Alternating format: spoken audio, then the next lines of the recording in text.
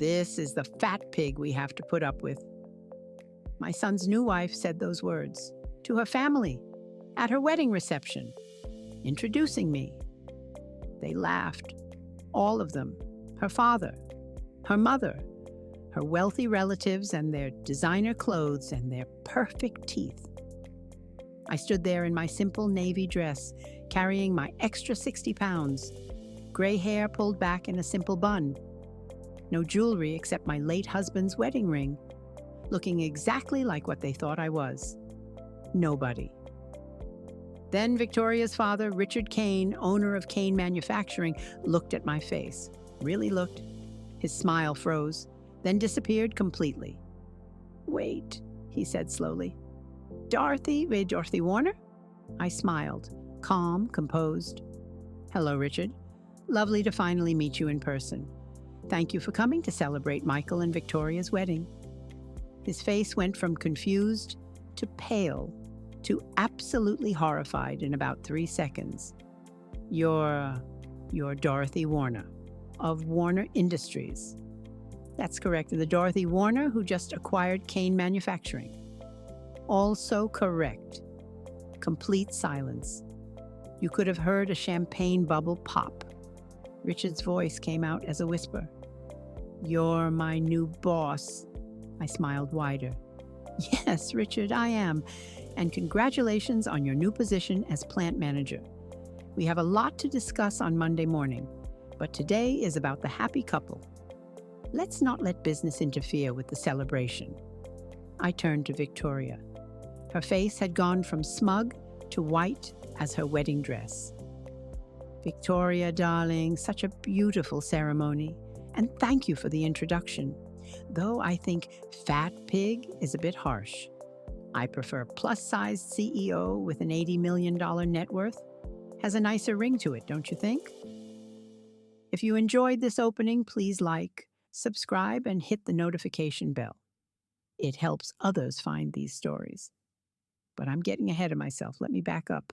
Let me tell you how I, Dorothy Warner, age 64, widow, mother of one, and apparently a fat pig, ended up owning my new daughter-in-law's father's company just in time for her wedding. Let me tell you the whole story. My name is Dorothy Warner, born Dorothy Sullivan in 1961 in Portland, Oregon. Grew up middle class. Nothing special. Dad was an accountant. Mom was a teacher. Normal childhood. Normal life. I met my husband James in college. Portland State University. I was studying business administration. He was studying computer science.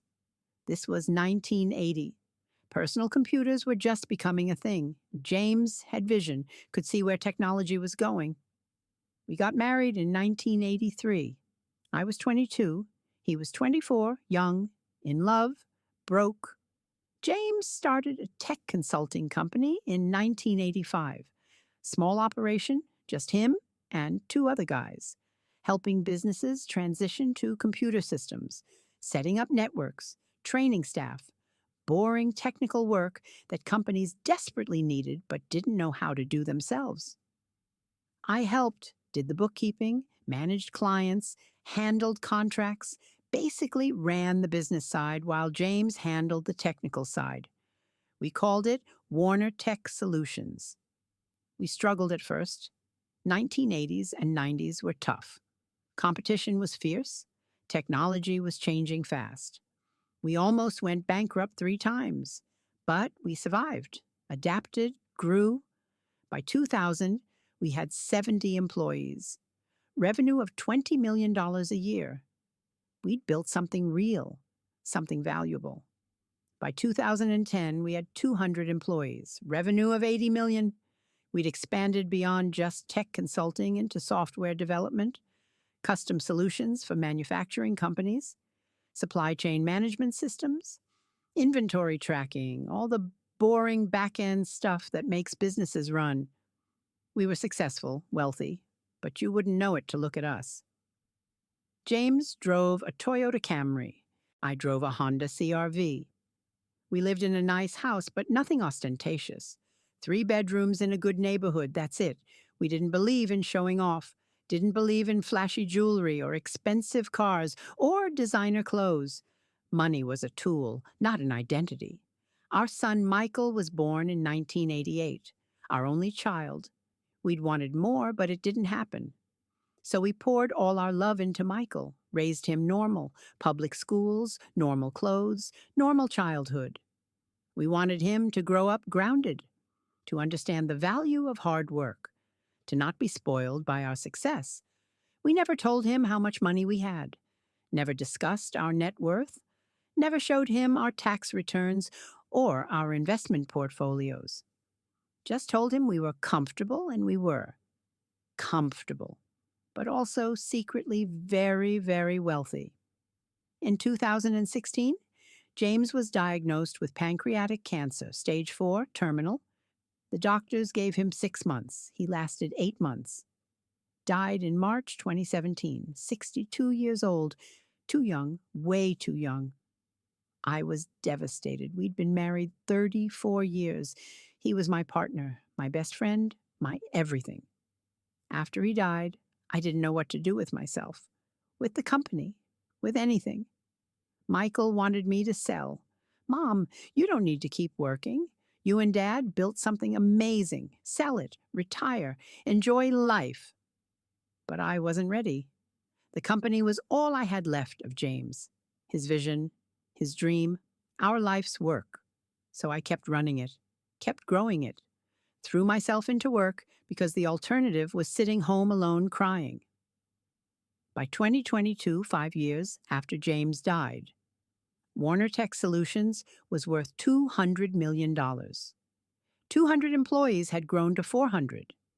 We'd expanded into AI solutions, machine learning for manufacturing, predictive maintenance systems. I was 61 years old, wealthy beyond anything I'd imagined as that 22-year-old bride, and utterly miserable. Because money doesn't fix grief. Success doesn't fill the hole left by losing your life partner. I'd also gained weight, a lot of weight, stress eating, comfort eating, not caring about my appearance because who was I trying to impress? James was gone. I was alone. Went from 140 pounds to 200 pounds in 5 years. 60 pounds of grief and chocolate and pizza and not giving a damn. Michael tried to help. Mom, maybe you should see someone, a therapist, a nutritionist, something. But I wasn't ready for that either. Wasn't ready to move on, to heal, to be anything other than the woman who'd lost everything that mattered. Then in 2023, I did something impulsive, something James would have loved. I sold Warner Tech Solutions, not the whole company, kept 40% ownership, but sold the controlling 60% stake to a larger tech conglomerate for $80 million. $80 million? After taxes and splitting with my business partners, I walked away with about $50 million. Plus, I still owned 40% of the company, which continued to generate dividends. My net worth went from comfortably wealthy to independently wealthy to never work again wealthy. And I felt nothing, except maybe relief. Relief that I didn't have to run the company anymore, didn't have to pretend to care about quarterly earnings and employee retention and market share. I was 62, a widow, overweight, wealthy, and completely directionless. So I did what rich people do when they don't know what else to do. I became a venture capitalist, started a private investment firm, Warner Ventures, small operation, just me and a financial advisor.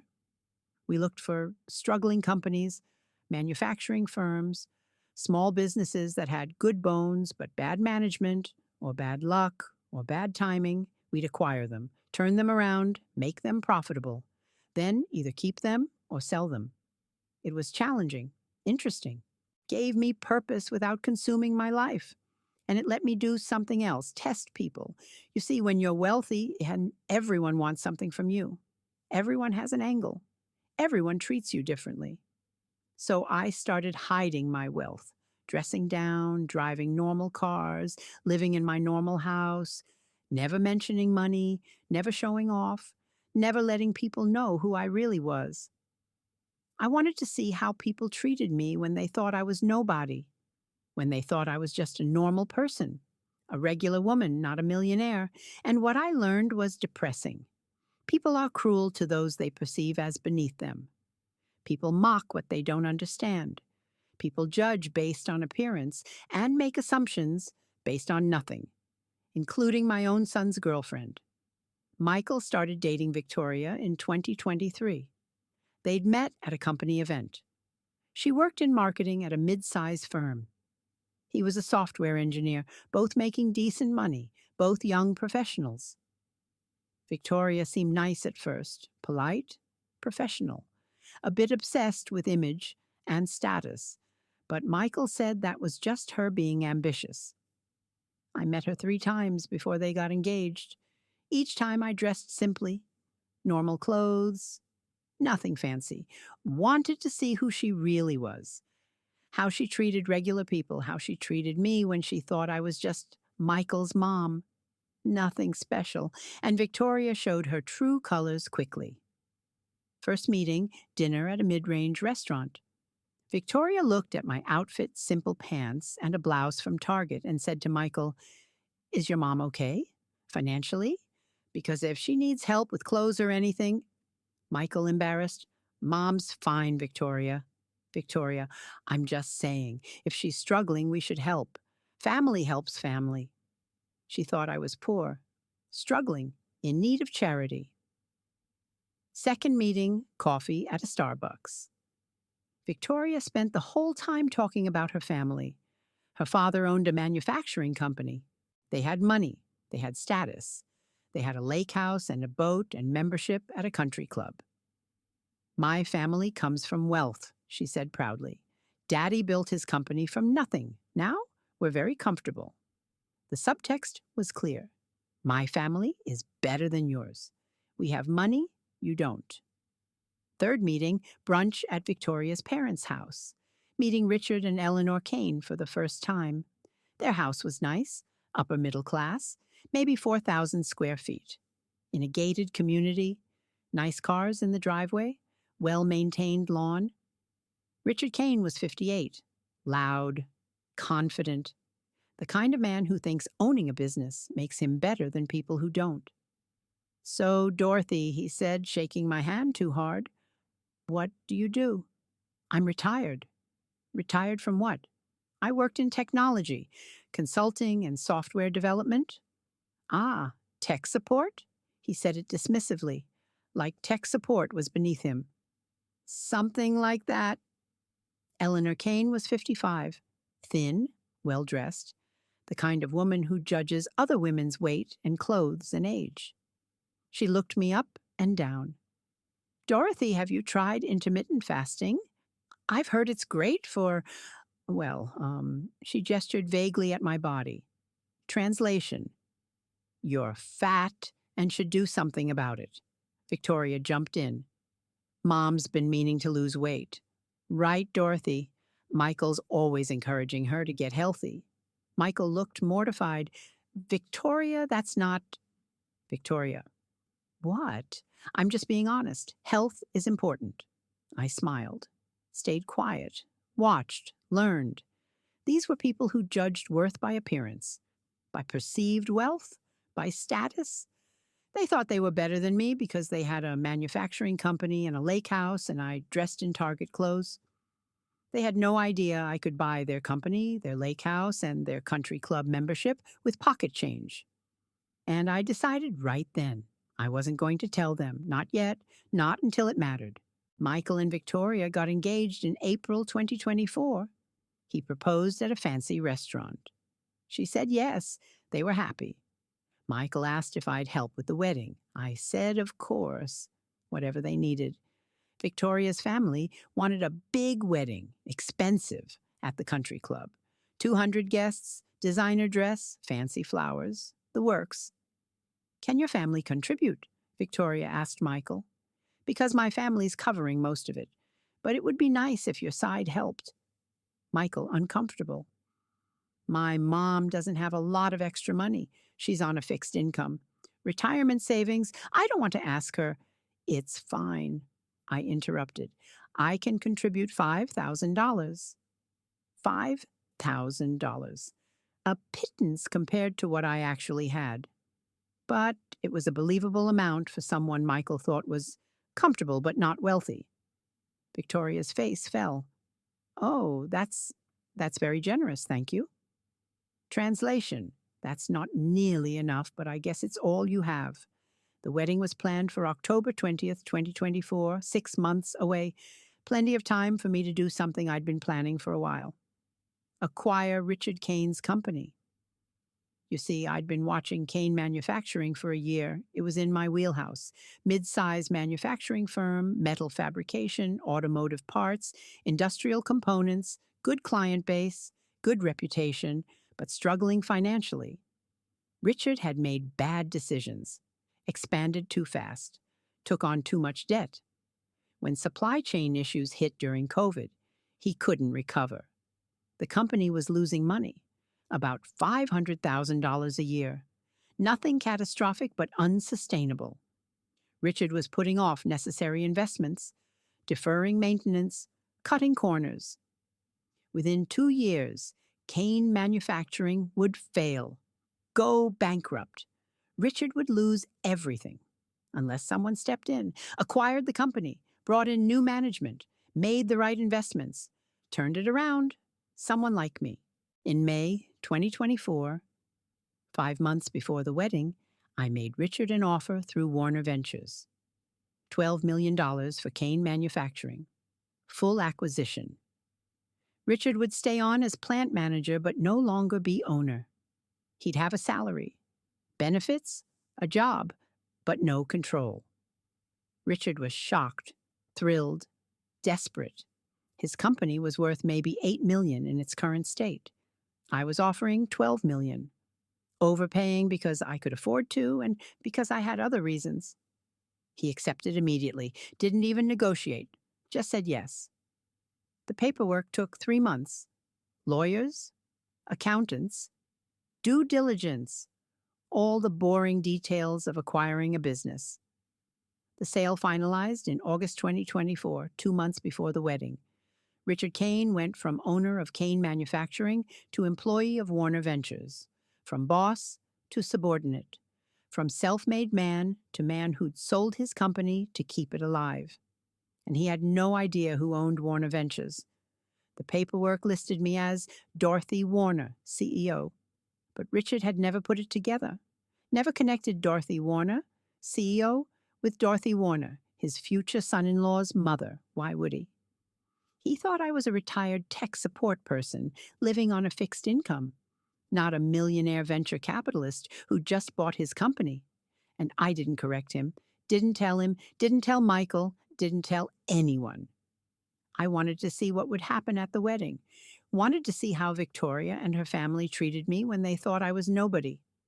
Wanted to test them one final time, and oh, did they fail that test spectacularly. The wedding was on October 20th at the Riverside Country Club. Beautiful venue, expensive, elegant, everything Victoria had dreamed of. I arrived alone, drove my Honda CR-V, wore a simple navy dress I'd bought at Macy's for $80. No jewelry except James's ring, no fancy purse, no designer shoes. Just me, regular Dorothy, Michael's plain mother. Victoria's family was already there.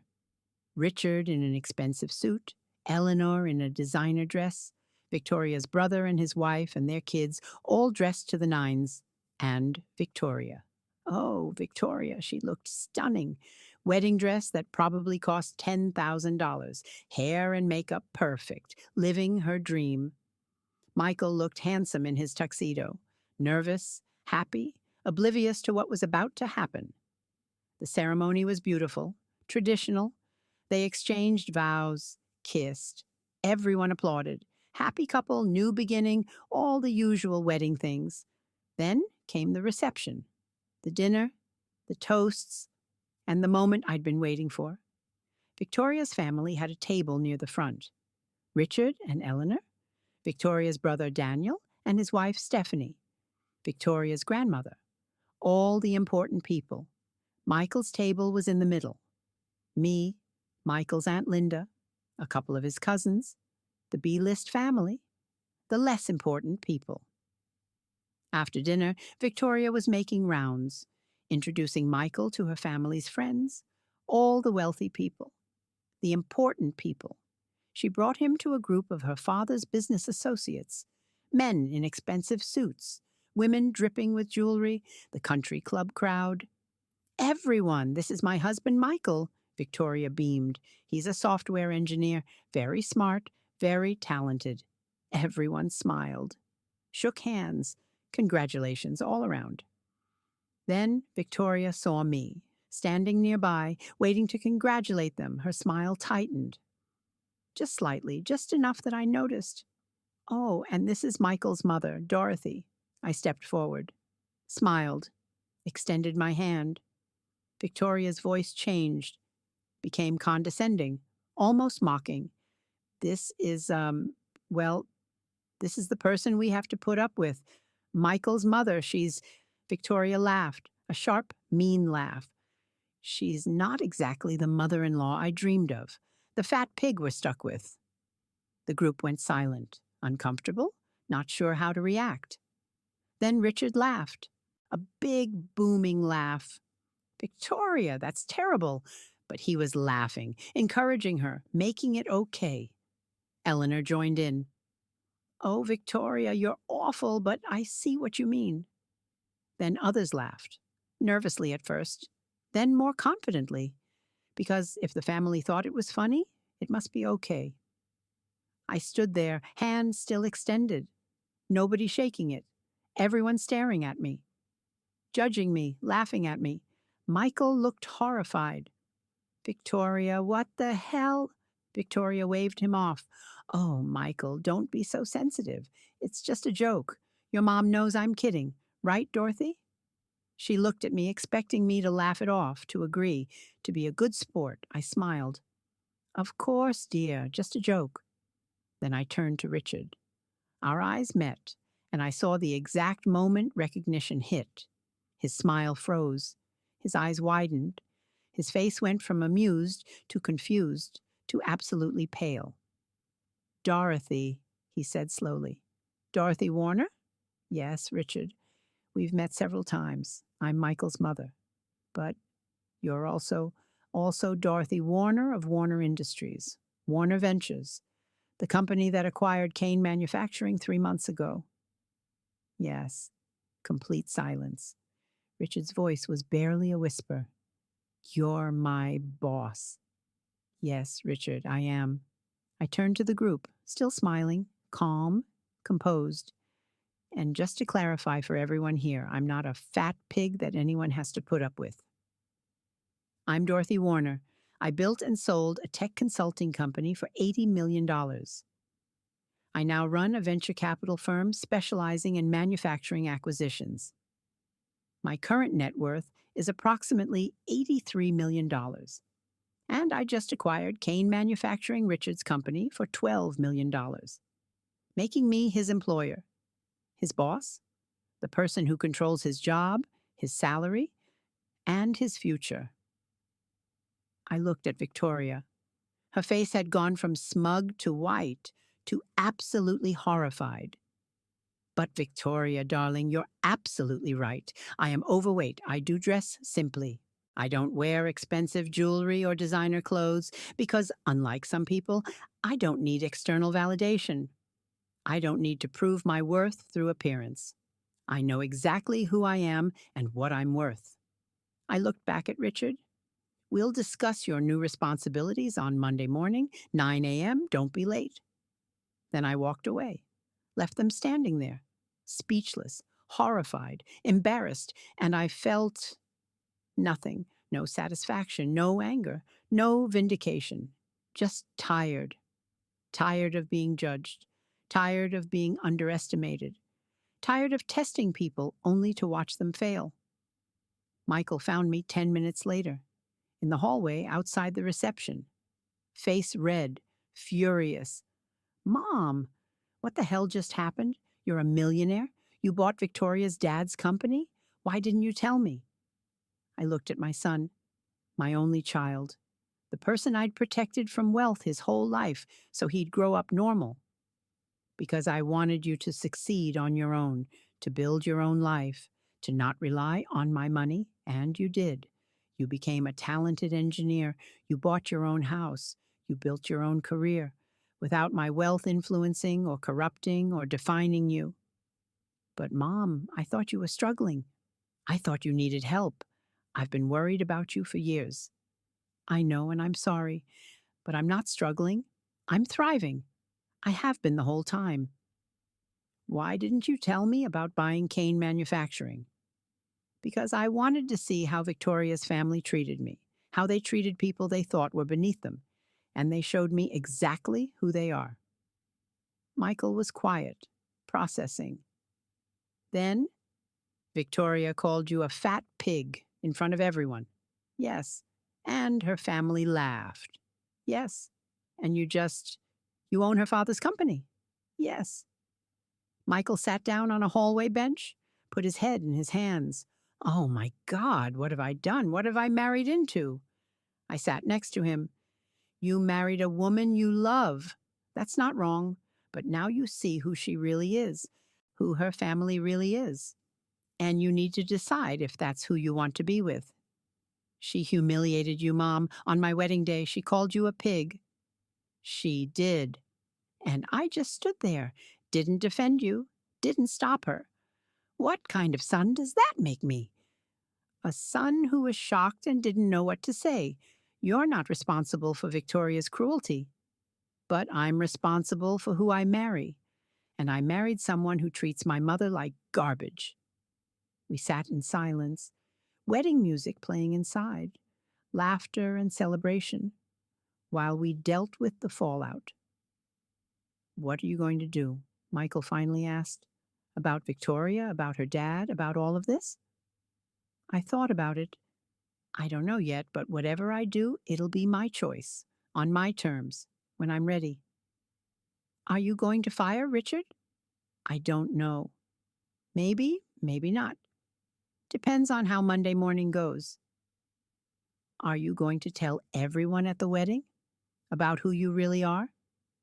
I think they already know. Richard looked like he was going to have a heart attack. Pretty sure he's telling people right now. Michael laughed, a bitter, sad laugh. This is such a mess.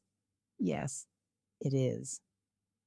I'm sorry, Mom, for everything, for not knowing, for not defending you, for bringing Victoria into your life. You have nothing to apologize for. You didn't know. How could you? Still, I should have stood up for you, should have stopped her. You will next time, if there is a next time. We sat there another 10 minutes, then Michael stood up. I should go back inside, talk to Victoria, figure out what the hell we're going to do. Good luck. He left. I stayed in the hallway, thinking, processing, wondering what came next. Inside, I could hear the music change. Apparently, it was time for the father-daughter dance. Richard and Victoria on the dance floor. Traditional wedding moment. I wondered what they were saying to each other. Was Richard telling her the truth? Was Victoria panicking? Were they trying to figure out how to fix this? Not my problem, not anymore. I left the wedding, drove home, changed into comfortable clothes, made tea, sat in my quiet house with my cat, and thought about James. What would he say about all this? About me hiding our wealth? About testing Victoria? About buying Richard's company? About the whole mess? He'd probably laugh. James had a dark sense of humor. He'd appreciate the irony, the karmic justice, the way Victoria's cruelty had backfired spectacularly. But he'd also tell me to be careful, to not let revenge consume me, to remember that Michael was caught in the middle, that I needed to be the bigger person, even when I didn't want to be. My phone started ringing. Michael, Victoria, Richard, Eleanor. Numbers I didn't recognize. Everyone calling. Everyone wanting to talk, wanting to explain, wanting to apologize, or beg or make excuses.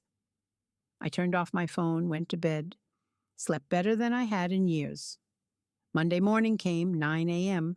I arrived at Kane Manufacturing, now a Warner Ventures property.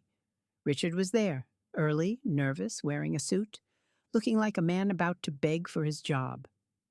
Dorothy, Mrs. Warner, ma'am, I'm so sorry about Saturday, about Victoria, about everything. I looked at him. This man who'd laughed when his daughter called me a fat pig. This man who'd judged me based on my appearance. This man who now worked for me. Richard, sit down. He sat across from my desk in what used to be his office. I'm not going to fire you, I said. His relief was visible, physical. Thank you. Thank you so much. I promise. Let me finish. I'm not going to fire you. But your behavior at the wedding was unacceptable. You laughed when your daughter insulted me. You encouraged her cruelty. You judged me based on my appearance, without knowing anything about who I am. That's not the kind of leadership this company needs. I know, I'm sorry. I was wrong. Yes, you were. So here's what's going to happen. You'll continue as plant manager, but you'll also undergo management training. Learn how to treat people with respect regardless of their appearance or perceived status. Learn how to be a better leader, a better person. Of course, whatever you want. Additionally, Kane Manufacturing has been operating on thin margins because of debt you took on. We're going to restructure, invest in new equipment, modernize processes. It's going to require changes, some of which you won't like, but you'll implement them because that's your job now. Understood. And, Richard, if you ever judge someone based on their appearance again, if you ever encourage cruelty like you did Saturday, I will fire you immediately. No second chances. Am I clear? Crystal clear. Good. Now let's discuss the Q4 production schedule. We worked through the meeting. Professional, efficient. By the end, Richard was visibly relieved. He still had a job. His company would survive. His daughter's cruelty hadn't cost him everything, but he'd learned a lesson. A hard, embarrassing, necessary lesson. That afternoon, Victoria called. I answered. Dorothy, Mrs. Warner, I need to apologize. Yes, you do. I'm so sorry for what I said, for how I treated you. I didn't know that I was wealthy, that I was powerful, that I had leverage over your father. Victoria, the fact that you didn't know doesn't excuse anything.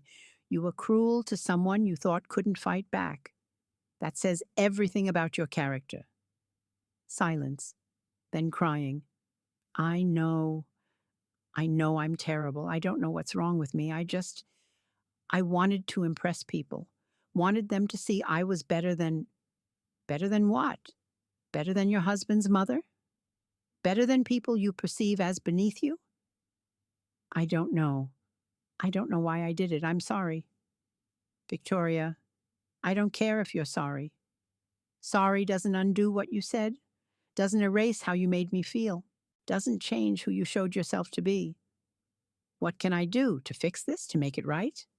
Nothing. There's nothing you can do. You showed me who you are. Now I have to decide what to do with that information. Are you going to fire my dad? No. Are you going to, I don't know, ruin my life somehow? I almost laughed. Victoria, I'm not going to ruin your life. You're doing that perfectly well on your own. All I did was reveal the truth. The consequences? Those are yours to deal with. Michael is furious with me, won't talk to me, moved into the guest room. That's between you and Michael. Everyone at the wedding is talking about it, about what happened, about who you are. I'm humiliated. Now you know how it feels. This isn't fair. Fair? Victoria, you called me a fat pig at your own wedding, in front of hundreds of people. You humiliated me deliberately. And when it turned out I had power you didn't know about, suddenly it's not fair that there are consequences? She was crying harder now. I'm sorry. I'm so sorry. I know you are, but sorry isn't enough. Actions have consequences, Victoria. You can't just apologize and expect everything to go back to normal. You need to do better, be better. And until you do, we have nothing more to discuss. I hung up, felt nothing, no satisfaction, no anger. Just tired. So very tired. Michael came over that evening, brought dinner, Chinese takeout. We ate in silence for a while. I'm leaving her, he finally said. I looked up. What? Victoria, I'm leaving her. Annulment or divorce or whatever, but I can't stay married to someone who treats you that way, who treats anyone that way. Michael, don't make rash decisions. You just got married. Give it time. See if she can change. Mom, she called you a pig at our wedding, in front of everyone. There's no coming back from that. I see her now, see who she really is, and I don't like it. Marriage is work. People can grow, change, learn. Stop defending her. She doesn't deserve it. I was quiet. He was right. I was defending someone who'd been cruel to me. Why? Habit? Because I'm too forgiving? Because I didn't want Michael's marriage to fail? Okay, I said. If that's what you want to do, I support you. Really? Really? You deserve someone who treats your family with respect, who values character over appearance, who doesn't call your mother a pig. He laughed, bitter. The bar is pretty low, huh? Unfortunately. We ate more. Then Michael asked, why didn't you tell me about the money? About Dad's company? About any of it? Because I wanted you to succeed without it, without the pressure, without the corruption that comes with wealth, without people treating you differently because of who I am. I get that, but Mom, I worried about you, thought you were struggling, offered to help. I know, and I appreciated it, but I was fine. Better than fine. I just wanted to see if I could live a normal life, be treated like a normal person, see who people really were when they didn't know about my money. And what did you learn? That people are cruel to those they think are beneath them. That appearance matters more than character to most people. That wealth changes how you're treated in every interaction. That's depressing. Yes, it is. Are you going to tell people now? About who you are? Stop hiding?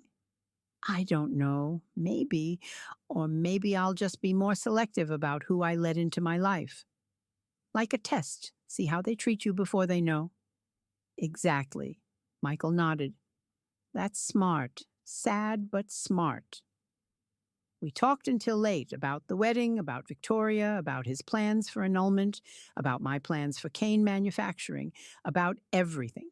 It felt good, honest, like the relationship I'd wanted all along. No secrets, no pretense, just mother and son. Finally. The next few weeks were chaos. Michael filed for annulment, grounds, fraud. He claimed Victoria had misrepresented herself, her character, her values. The marriage was based on false pretenses. Victoria fought it, wanted counseling, wanted another chance, begged Michael to reconsider. But Michael was done. Absolutely done. The annulment went through in 6 weeks. Record time. Victoria moved back in with her parents, Richard and Eleanor, the family that had laughed when she called me a pig, the family that now worked for me. Awkward doesn't begin to describe it. At Kane Manufacturing, things were changing. I brought in new management, invested in equipment, restructured debt, made the tough decisions Richard had been avoiding. Richard stayed on as plant manager. He was good at the technical side, managing production, working with clients. He just wasn't good at strategy or treating people with respect. But he was learning. 6 months after the wedding, Kane Manufacturing was profitable again. Margins were up.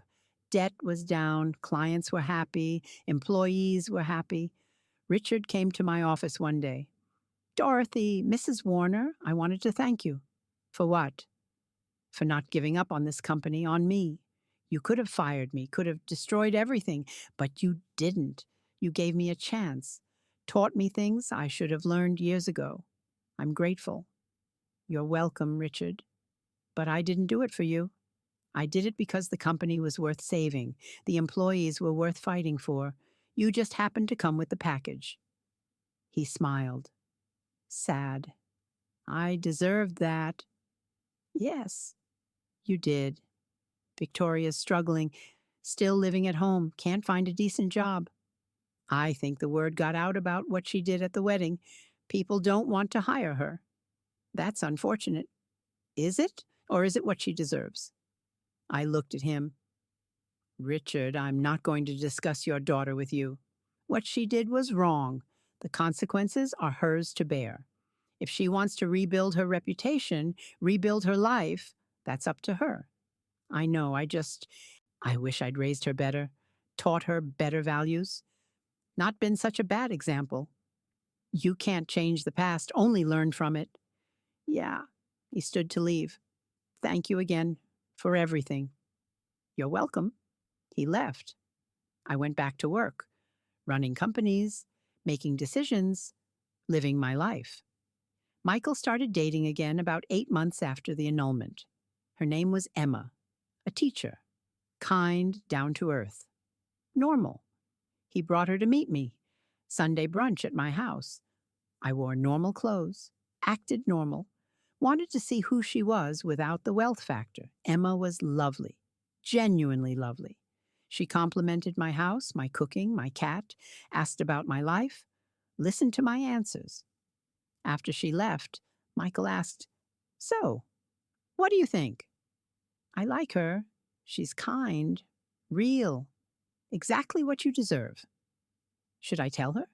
About you? About the money?" "Tell her when you're ready, when you trust her, when it feels right." "What if she changes like Victoria? What if the money ruins it?"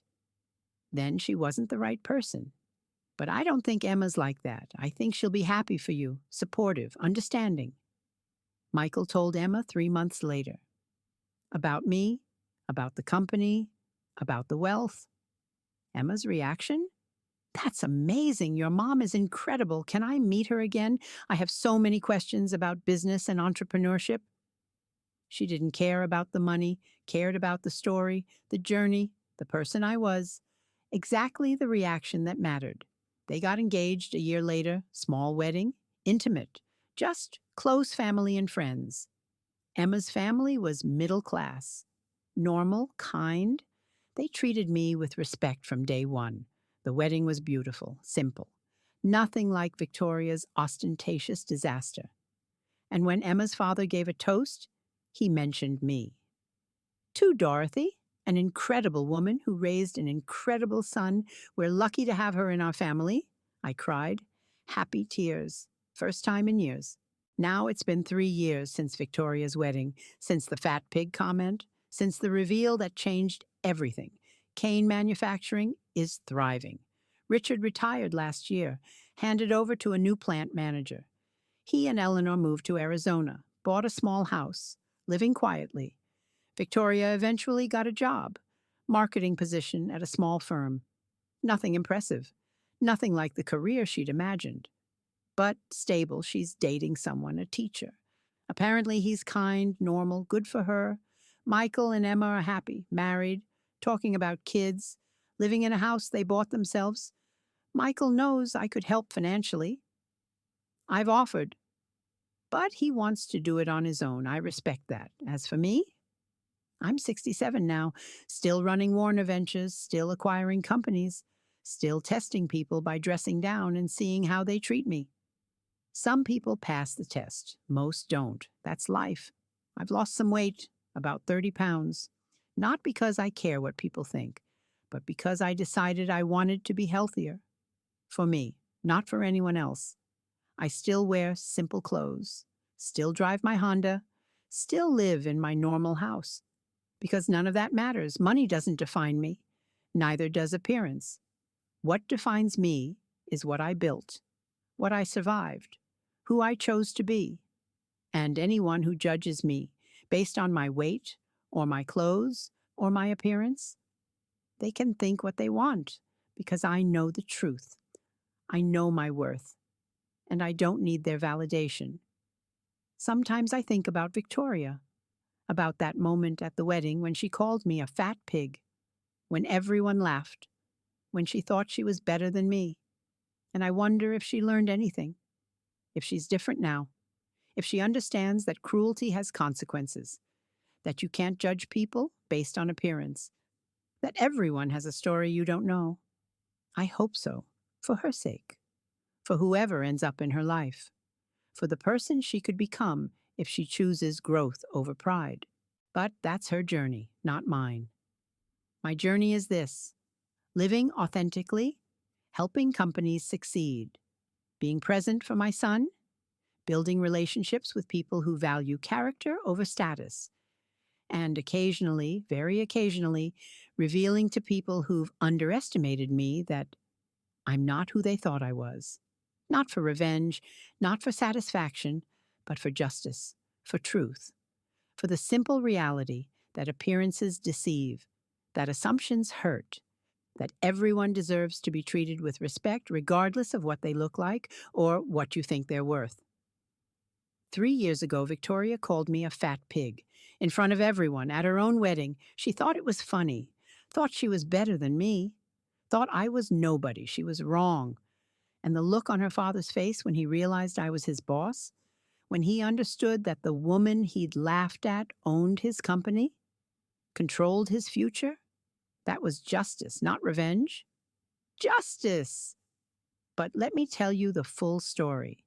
Because what happened after that wedding reveal, that's when things got really interesting. That Monday morning meeting with Richard was just the beginning. The real aftermath played out over months, years, in ways nobody expected. After I left Richard's office that Monday, I went to the production floor, walked through Kane Manufacturing like I owned it, because I did. The workers knew something had happened at the wedding. Small town.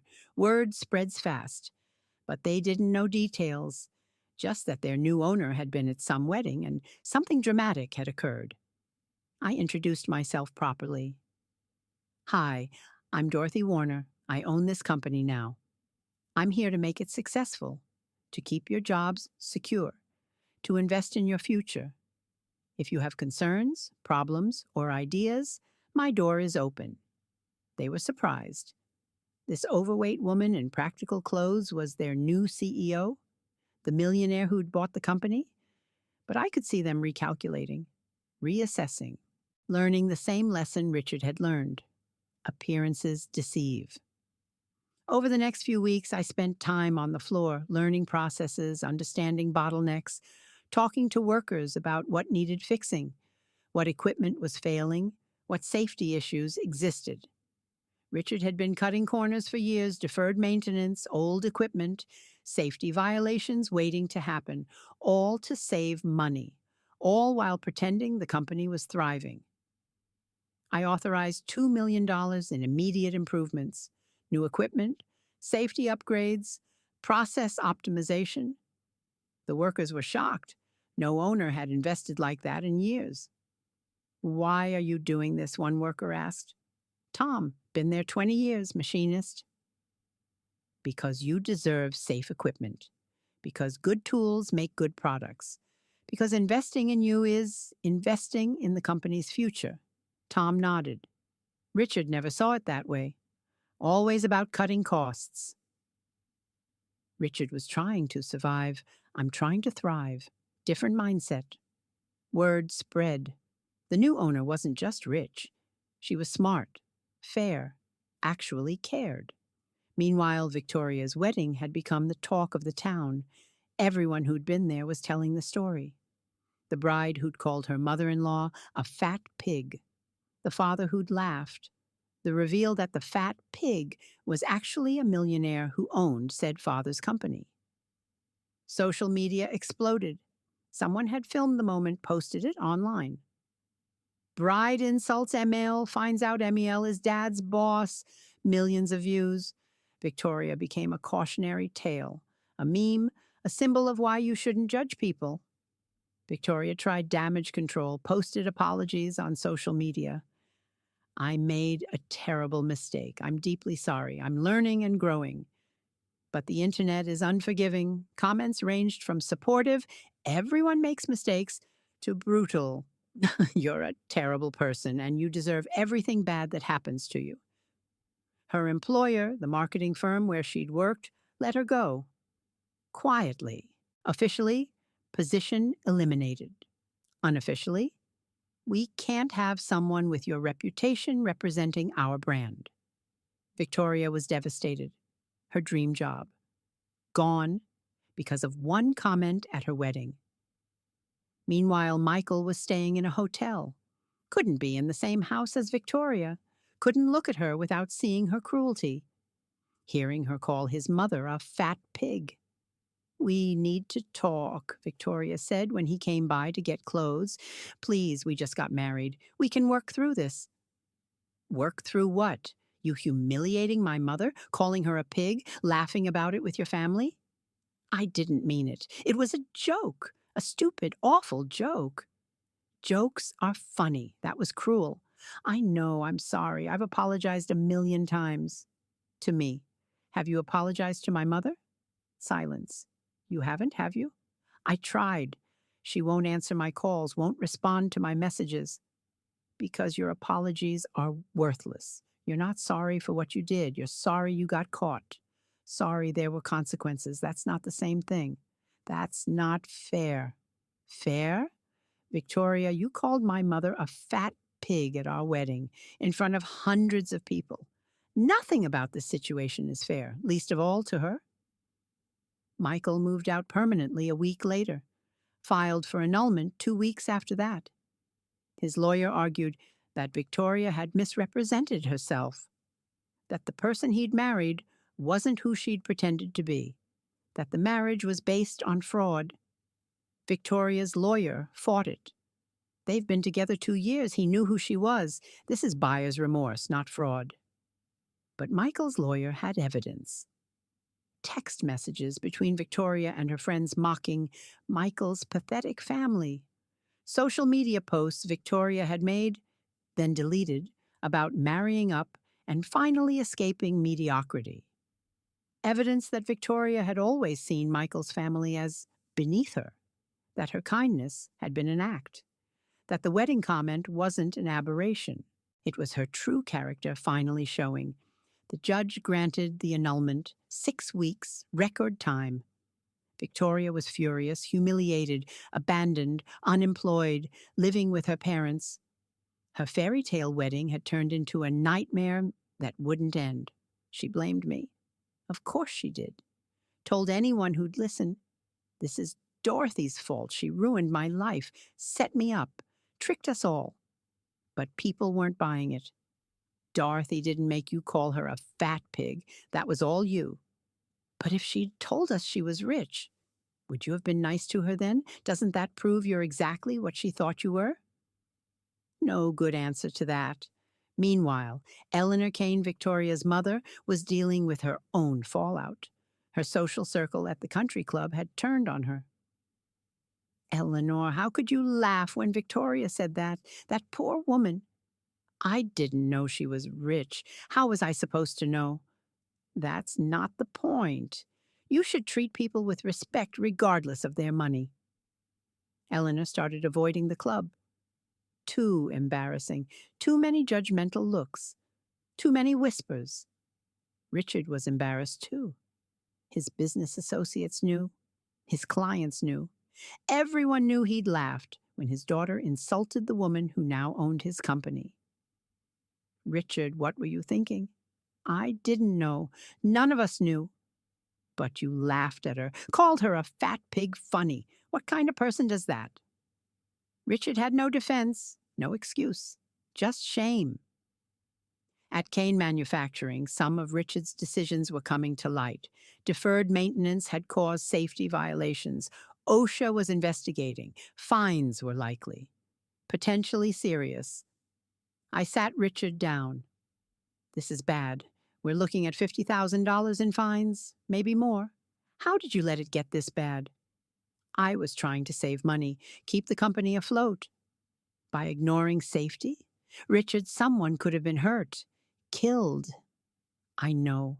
I made bad choices. I'm sorry. Sorry doesn't fix this. We're going to pay the fines, fix every violation, and you're going to oversee it personally. Make sure it's done right. Yes, ma'am. And Richard, if I ever find out you've cut corners on safety again, you're done. Fired. Immediately. I don't care if it saves money. I care if it saves lives. Understood. He was chastened, humbled, learning that being wealthy doesn't make you better, that treating people badly has consequences, that respect is earned, not bought. 6 months after the wedding, Victoria got a new job, small marketing firm, entry-level position, $30,000 a year, less than half what she'd been making. She was grateful, desperate, needed income, needed purpose, needed to rebuild. Her boss was kind but firm. Victoria, I'm giving you a chance, but I need to know, have you learned from what happened? Yes, absolutely. I was awful, cruel. I judged someone unfairly and it destroyed my life. I'm working on being better. Good. Because if I see any hint of that behavior here, you're gone. We treat everyone with respect, regardless of appearance, background, or status. Clear? Crystal clear. Victoria worked hard, kept her head down, tried to rebuild her reputation one day at a time, but everywhere she went, people knew. That's the woman from the wedding video, the one who called her mother-in-law a fat pig. Dating was impossible. Men would recognize her. Wait, you're that woman from the video? Yeah, I'm not interested. Or worse, I'll go out with you if you promise to be mean to people. I like cruel women. She was a cautionary tale, a meme, a symbol, and she hated it. A year after the wedding, Victoria reached out again. Email this time, long, detailed, honest. Dorothy, I know you have no reason to read this, no reason to care, but I need to say it anyway. I was wrong. Completely, utterly wrong. What I said at the wedding was cruel, unjustifiable. I judged you based on appearance and treated you with contempt because I thought I was better than you. I wasn't. I'm not. I was insecure and small, and I made myself feel big by making you feel small. That's pathetic, unforgivable. I've lost everything because of it. My marriage, my job, my reputation, my self-respect, and I deserve it, all of it. But I want you to know, I'm working on being better, going to therapy, learning why I acted that way, learning how to change. I don't expect forgiveness, don't expect anything. Just wanted you to know, I see it now. I see what I did, and I'm sorry. I read it 3 times, saw genuine remorse, genuine growth, not the desperate apologies from right after the wedding, but real understanding. I wrote back one line. Thank you for saying that. I hope you find peace. She wrote back, thank you for giving my dad a chance, for not destroying him, for being better than I was. I didn't respond, didn't need to. The conversation was done. Michael started dating Emma about 8 months after the annulment, met her at a coffee shop. She spilled coffee on him, apologized profusely. He laughed. They talked, exchanged numbers. Their first date was mini golf. I wanted something casual, Michael told me. Not fancy, not trying to impress, just fun. Emma won by 8 strokes. She's competitive, Michael laughed. But in a fun way, not in a mean way. I met Emma 3 months into their relationship.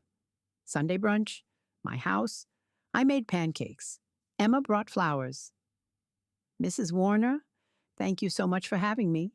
Michael's told me so much about you. All bad, I'm sure. Emma laughed. Actually, all good. He adores you, says you're the strongest person he knows. We talked about her job, teaching 2nd grade, her family, 2 brothers, parents still married, middle-class upbringing, normal life. She asked about my life.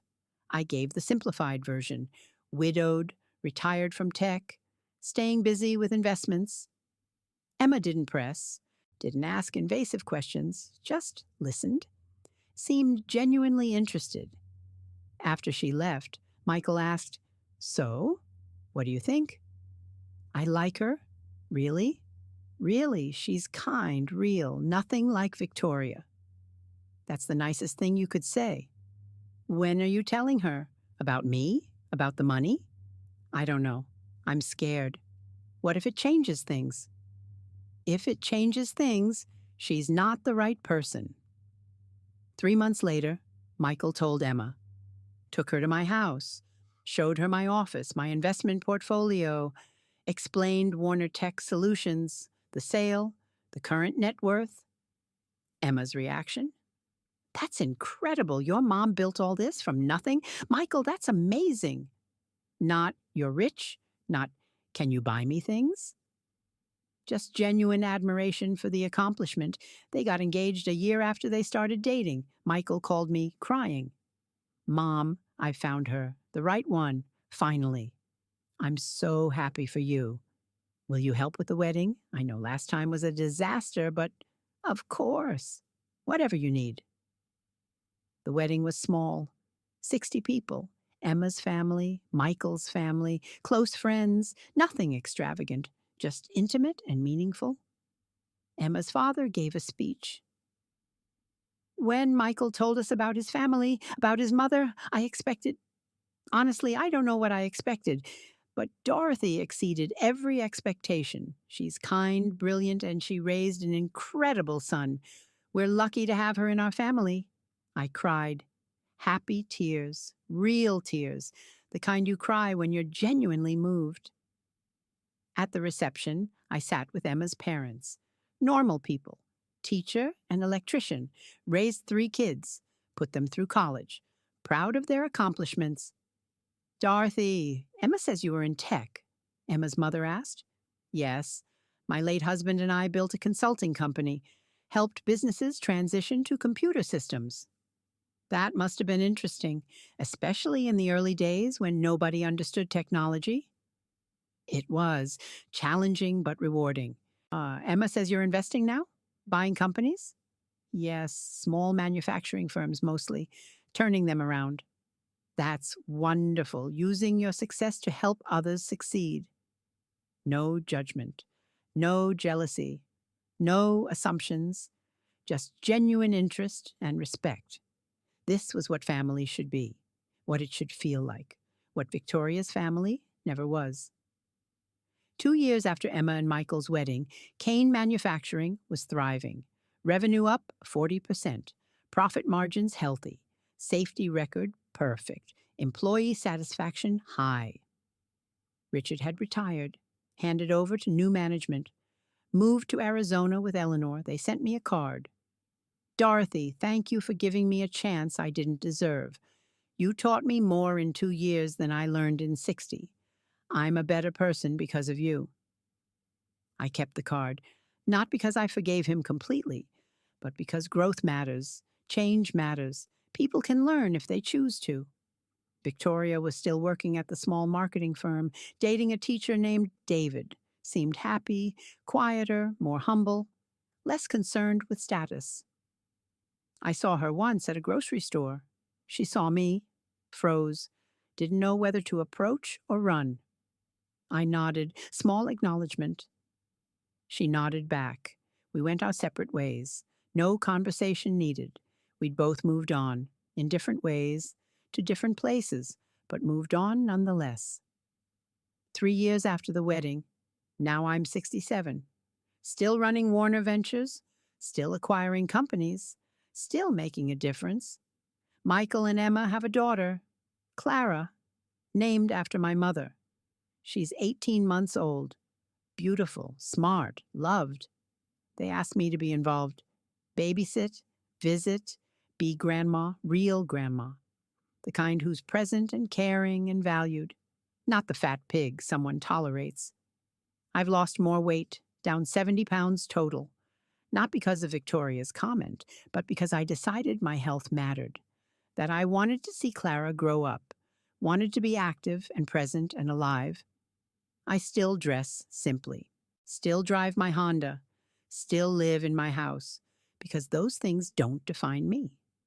What defines me is what I built. how I survived, who I chose to be, how I treat people, how I demand to be treated. And if someone judges me, mocks me, thinks they're better than me, I remember I know my worth. They don't get to determine it. Their opinions don't diminish me. Their cruelty says more about them than about me. 3 years ago, Victoria called me a fat pig. Her father laughed. Her family laughed. They thought they were better than me. 3 hours later, they learned they weren't. 3 years later, they're still learning that lesson. And me? I'm living my best life. Running companies, spending time with family who values me, building relationships based on respect and authenticity. Victoria's comment didn't destroy me. It freed me. Freed me to stop pretending, stop hiding, stop testing people to see if they'd accept me. Now I know the people who matter will accept me as I am. The people who don't aren't worth my time, my energy, my consideration. That's the real lesson of that wedding. Not that cruelty has consequences, though it does, but that your worth isn't determined by other people's opinions, by their judgments, by their cruelty or kindness. Your worth is determined by you, by your choices, by your character, by how you treat people, by what you build, by who you become. And I became someone I'm proud of, not because of my money, but because of my resilience, my strength, my refusal to let anyone diminish me.